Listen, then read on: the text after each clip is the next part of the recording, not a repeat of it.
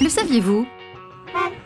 Une tonne de papier trié permet de sauver 17 arbres. Le saviez-vous?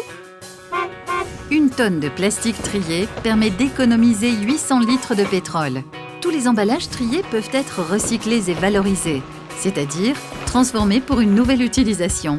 Par exemple, pour de nouveaux cartons, papier toilette, bouteilles ou encore vêtements en laine polaire. Nous évitons ainsi de puiser dans les ressources naturelles qui ne sont pas renouvelables. Depuis 20 ans, la gestion des déchets entre dans les habitudes des Français. Chacun apprend les bons gestes pour en réduire la production et mieux les trier. Tout commence donc par un tri efficace des déchets et notamment de nos emballages. En France, la collecte se fait par différents moyens.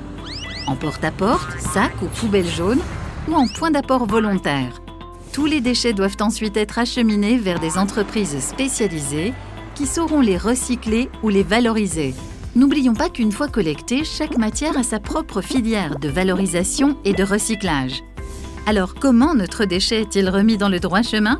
C'est le rôle du centre de tri de Séché Éco-Industrie à Changé, en Mayenne. Un centre de tri permet de passer de ça à ça, c'est-à-dire à séparer les emballages par matière pour en faire des balles. Et selon vous, quelle quantité d'emballage est triée dans le centre de Changé toutes les heures? Près de 8 tonnes, soit des dizaines de milliers d'emballages par jour. Impossible de trier une telle quantité uniquement à la main, même si l'action des opérateurs de tri reste indispensable en fin de parcours. Voilà pourquoi le centre de tri de Changé s'est équipé de plusieurs machines pour réaliser un tri par matière de façon automatique.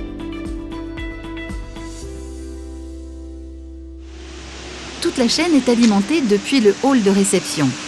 Les différents flux d'emballage collectés sont stockés séparément et ils commenceront leur parcours dans 2 trémies différentes. L'une permettant l'ouverture automatique des sacs, l'autre pour le vrac. Les emballages seront d'abord triés selon leur taille, dans un trommel. Le trommel s'apparente à un tambour rotatif dont les trous permettent de séparer les petits, les moyens et les gros objets vers des lignes différentes. C'est le tri granulométrique. Les déchets trop volumineux pour être triés par les machines partent directement en cabine de tri pour contrôle. Une griffe permet d'attraper les films plastiques présents parmi les emballages. Un système de petits crochets rétractables agrippe les films et les libère sur un tapis roulant, les menant soit vers une filière de valorisation matière, soit vers une filière de valorisation énergétique.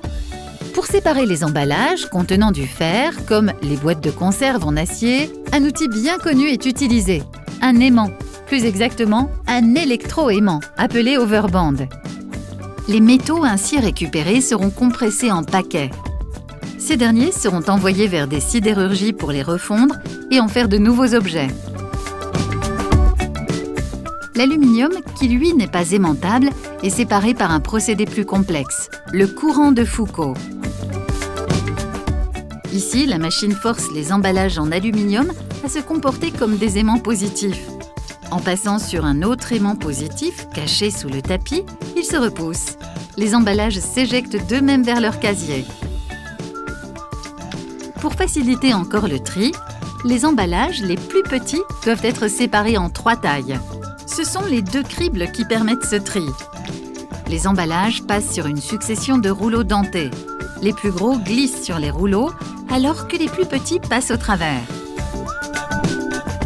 Quant aux plus petits, ils sont mis de côté, sont appelés les refus de tri.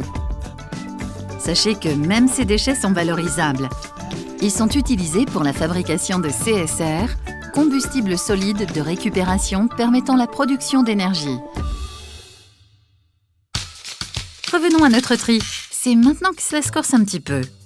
Nous avons séparé les déchets par taille, enlevé les métaux et les films plastiques. Maintenant, il faut trier les déchets restants par type. Et il y en a de nombreuses sortes. Cartonnettes, papier, magazines, briques alimentaires et tous les différents plastiques qui composent nos flacons, bouteilles, barquettes, films et autres emballages. Plastique opaque, plastique transparent clair, plastique transparent foncé, etc. Au centre de tri de Changé, ce sont toutes ces machines oranges qui se chargent de ce travail. Elles se nomment les tris optiques. Ces automates sont capables d'identifier la matière de chaque emballage grâce à des caméras infrarouges. Et de puissants jets d'air comprimés soufflent sur les différents tapis pour les séparer. Écoutez plutôt. Le premier des tris optiques sépare les matériaux fibreux, comme les papiers, journaux et cartonnettes, des polymères, c'est-à-dire les différents plastiques et briques alimentaires. Les polymères sont ensuite eux-mêmes dirigés vers 2 tris optiques, les séparant en 4 familles différentes. Les 4 derniers tris optiques jouent le même rôle pour les fibreux. Chacune de ces machines permet donc de séparer au préalable les déchets. Ainsi, quand ils arrivent en cabine de tri, les opérateurs ont pour mission de vérifier le travail des machines. C'est le contrôle qualité. Car rien ne remplace la main de l'homme pour retirer les intrus se trouvant encore sur les tapis. Les déchets, correctement séparés par type, sont stockés dans de grands box. Dès qu'un box est plein, son contenu est envoyé dans une presse où les déchets seront compactés pour réaliser les fameuses balles.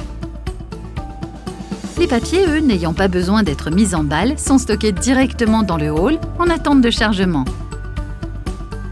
Les balles et les papiers sont enfin acheminés vers les filières de recyclage et de valorisation les plus adaptées pour leur donner une seconde vie. Les déchets sont alors transformés en matières premières, secondaires. Au centre de tri de Changé, tous ces outils technologiques permettent d'optimiser le tri d'aujourd'hui. Ils permettent également d'anticiper les consignes de tri de demain. N'oublions pas que le meilleur déchet reste celui que l'on ne produit pas.